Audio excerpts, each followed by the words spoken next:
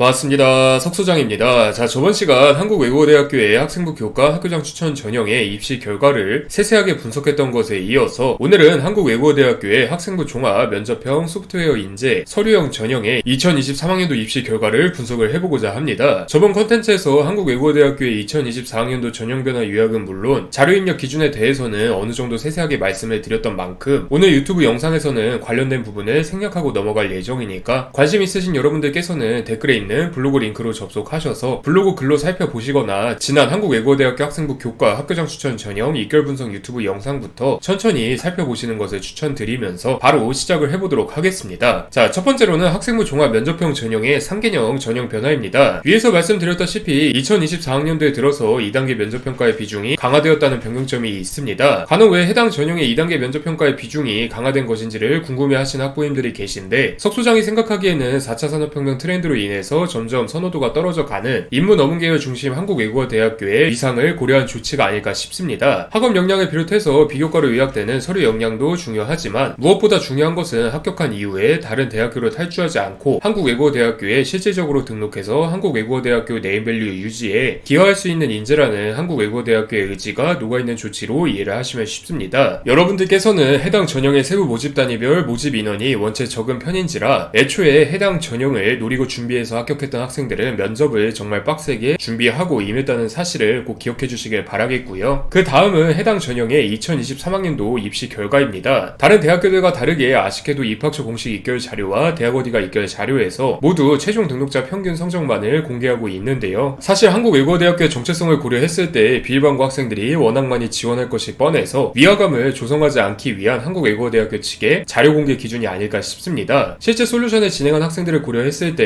일반고 출신 합격자들 대부분이 1점 중후반대에서 2점 극초반대의 내신 성적을 보유하고 있던 경우가 많았으니까 학생과 학부모님들께서는 무턱대고 나도 혹은 우리 아이도와 같은 판단은 지양해 주시길 바라겠고요. 추가적으로 한국외국어대학교의 경우 2022학년도 학생부 종합전형을 기준으로 전체 등록 인원 중 23.02%인 267명이 외국 국제고 출신 학생인데 비율 추산의 기준인 전체 인원 규모가 외국 국제고 소속 학생들이 잘 지원하려 하지 않는 글로벌 캠퍼스의 인원도 합쳐져 있다는 점을 고려한다면 해당 267명 인원 대부분이 서울 캠퍼스 학생부 종합전형을 통해서 입학한 학생의 가능성이 높습니다. 서울 캠퍼스 학생부 종합 면접형 서류형 전형 모집 인원을 고려한다면 등록 인원의 절반 정도는 외국 국제고 소속 학생들이라는 결론을 도출을 해낼 수 있는 만큼 한국외국어대학교를 지망하는 분들께서는 모집 인원의 절반 정도는 외국 국제고 소속 학생들이 먹고 들어간다라는 시선으로 모집 인원과 전형 구성을 살피셔야 한다는 점을 꼭 기억을 해주시길 바라겠고요. 다음은 해당 전형의 2개년 입결 변화 비교 분석 자료입니다. 해당 전형이 학생부 종합 전형인 만큼 또한 면접 평가도 포함되어 있는 전형인 만큼 모집 단위별로 다양한 변화가 발생하고 있습니다. 여러분들께서 그나마 주의를 하셔야 될 부분은 해당 전형의 모집 인원이 2022학년도 대비 2023학년도에 들어서 모집 단위별로 골고루 증원이 되었다는 점인데요. 다행히도 2024학년도 역시 2023학년도와 마찬가지로 모집 인원 규모가 유지될 예정입니다. 원래 학생부 종합 전형에서는 모집 인원에 따라서 합불 양상이 확 바뀌는 현상이 많이 발생하지는 않지만 한국외국어대학교의 특성상 소수학과를 비롯해서 소수 정예로 운영되는 모집 단위들이 많아서 경우가 다소 다르다고 할 수가 있으니까 여러분들께서는 이 점을 주의해서 살펴보시는 것을 추천드리도록 하겠습니다. 자, 그리고 그 다음은 글로벌 캠퍼스 전용으로 운영되는 학생부 종합 소프트웨어 인재 전형입니다. 해당 전형